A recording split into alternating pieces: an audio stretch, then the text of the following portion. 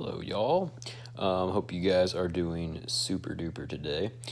We are going to talk a little bit about Augustus, Caesar Augustus, and he is the first emperor of the Romans. Just talk a little bit about some of his background and just why he is so important. Okay. So he was born to a pretty well-off family, and he was the great nephew of Julius Caesar. All right.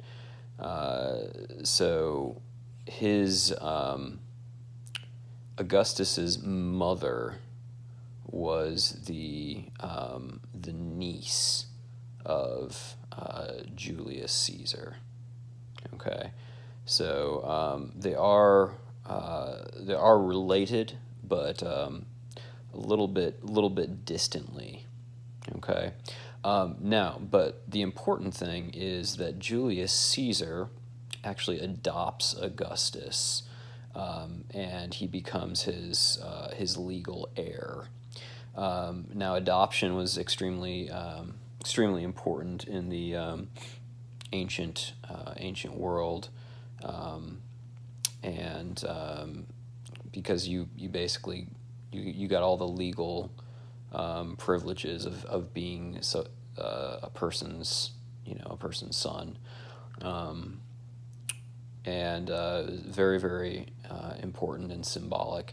And Scripture talks about adoption a lot as well, and it's because God adopts us into His family through salvation, and we then have all the legal privileges of being children of God. So it's a very important thing, and when Paul talks about that in the Bible, the audience he was talking to knew very well the ramifications of adoption. So he's the adopted heir of Julius Caesar. We talked a little bit the other day about Augustus being part of the second Triumvirate as well. Now, before he takes the name Augustus, he's usually called Octavian, Octavius or Octavian, depending on the time period. And then later on, when he takes on more of the emperor role, he assumes the name Augustus. So he has several different names, but it's all referring to the same guy. It's just different times of his life. And Octavian is able to, after the assassination of Julius Caesar, he is able to gain the loyalty of Caesar's troops.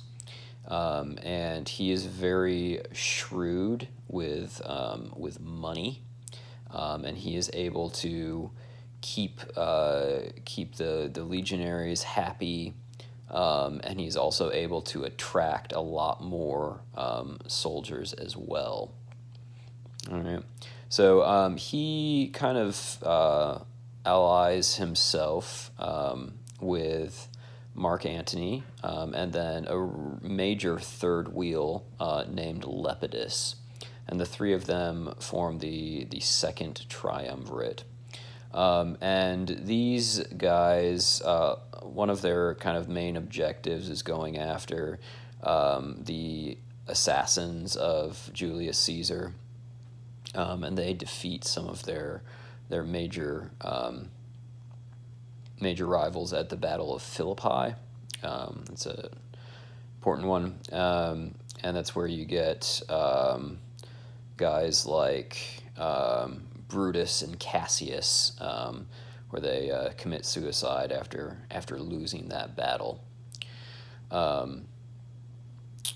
So they are victorious there, but the triumvirate, this sharing of power, never really works well in the ancient world, or at least very, very rarely. Um, excuse me. And this second triumvirate is no exception. So the three of these guys basically divide the Roman holdings between them. So Antony takes the east, Lepidus gets Africa, and then Octavian gets Hispania and Gaul. And those are kind of their different spheres of influence. But they eventually, the alliance does not last long. Lepidus is fairly easily done away with, more or less. He doesn't get murdered, but he gets kind of written off. And it eventually kind of comes to a showdown with Antony and with Octavian. And Antony has a lot of enemies in the Senate, but he has been able to get the support of a very famous woman named Cleopatra. And she and Antony are rather close, you could say. And she helps him out greatly. She is a pharaoh in Egypt. I guess she's a pharaoh. I think that's right. But anyway, Octavian is able to defeat Antony at a naval battle called Actium. And after the Battle of Actium, Antony flees, and both he and Cleopatra commit suicide. And Battle of Actium was 31 BC. All right. And then 27 BC, this is an important date. This is, depending on whom you ask, they'll give you different dates for the founding of the Roman Empire, but probably most people consider 27 BC to be the founding of the Roman Empire. And this is when Augustus takes the name, or Octavian takes the name Augustus. And he gathers to himself all manner of different authorities and powers, and basically becomes the sole ruler in Rome.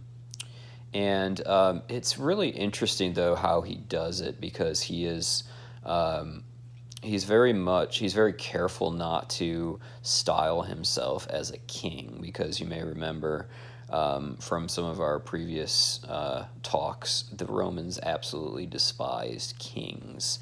So he's very careful, and he makes it look like he is kind of restoring the old republic and everything, and but underneath it all, he is solidifying his power and his rule.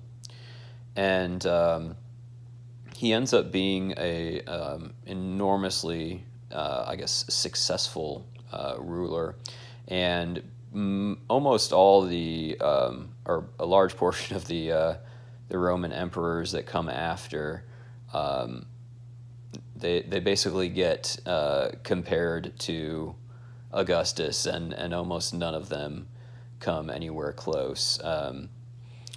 He really laid the foundations for the empire that would last nearly 500 years for Rome, and then another 1,000 years after that in Byzantium with in the east. So it's a pretty incredible. He's a pretty incredible character. He also, he greatly increased the size of the Roman Empire. You remember Julius Caesar brought Gaul under the control of Rome. Augustus also brought parts of Hispania, other parts of Europe, Judea, and Egypt as well. And Egypt was a big one because, that was where Cleopatra was in charge. But Egypt was very, very wealthy, particularly agriculturally. So Egypt was an important one. He did have some setbacks. He wasn't always successful. There were some rather notable times where his army was defeated, and he wasn't like there a lot of times. There was other generals and all that sort of stuff. But in 980, the Battle of the Teutoburg Forest, that was a rather notorious battle for the Romans in Germania, that region at least, where they lost their eagles, and that was a very tragic time for them. But before that, he had gotten some of the eagles back that Crassus had lost in Parthia. You may remember that from yesterday's little talk. Crassus had been defeated in the east, and he had lost his standards there. Actually, I don't know that I mentioned that, but I know I mentioned he had been defeated. Augustus also was very influential in kind of restoring order and the kind of rule of law to Rome. He had a lot of strict moral codes and everything that he tried to pass. He also did a lot of building projects. One of the really famous lines from him was that he found Rome a city of stone, and he left it a city of marble, which is perhaps a little bit of a stretch, but not a lot. He built on a large scale, and as you know, the Romans built to last. So he was built temples, built a forum.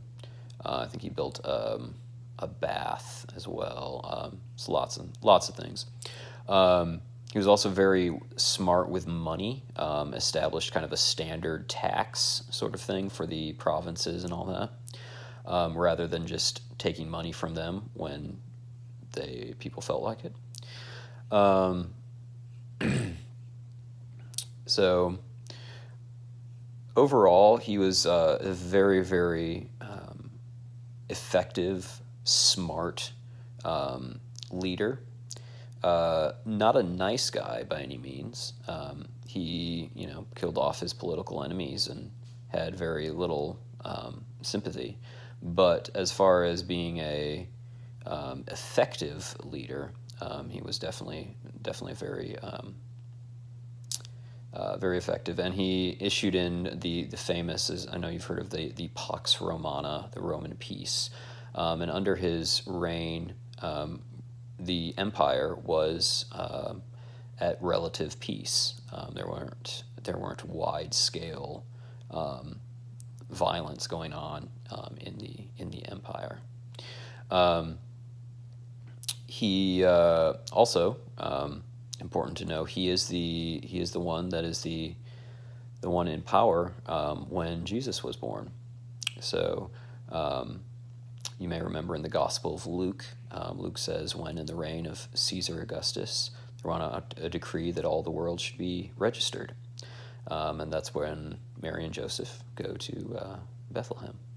So he died in AD 14. So he reigned from as Augustus from 27 BC to 14 AD. So quite a long reign. And he's a fascinating figure. I really encourage you to go read more about him. He left some work. The Res Gestae is one of his works. There are also lots of biographies and other things you can check out on him. But he's a very interesting character. And there will be many emperors that come after him. But he is generally considered, if not the best, certainly one of the top few. So I hope you guys have a fabulous day. Please make sure you remember to return your books to school that are the school books. And also, I want you guys to know that I love you, and I will talk to you later. And tomorrow, we're going to look a little bit at, going to kind of stop our history, and we're going to look at a fellow named Augustine, who is one of my favorite individuals from church history. I guess it still is sort of history, but not so much chronological anymore. So, love you guys. Talk to you later.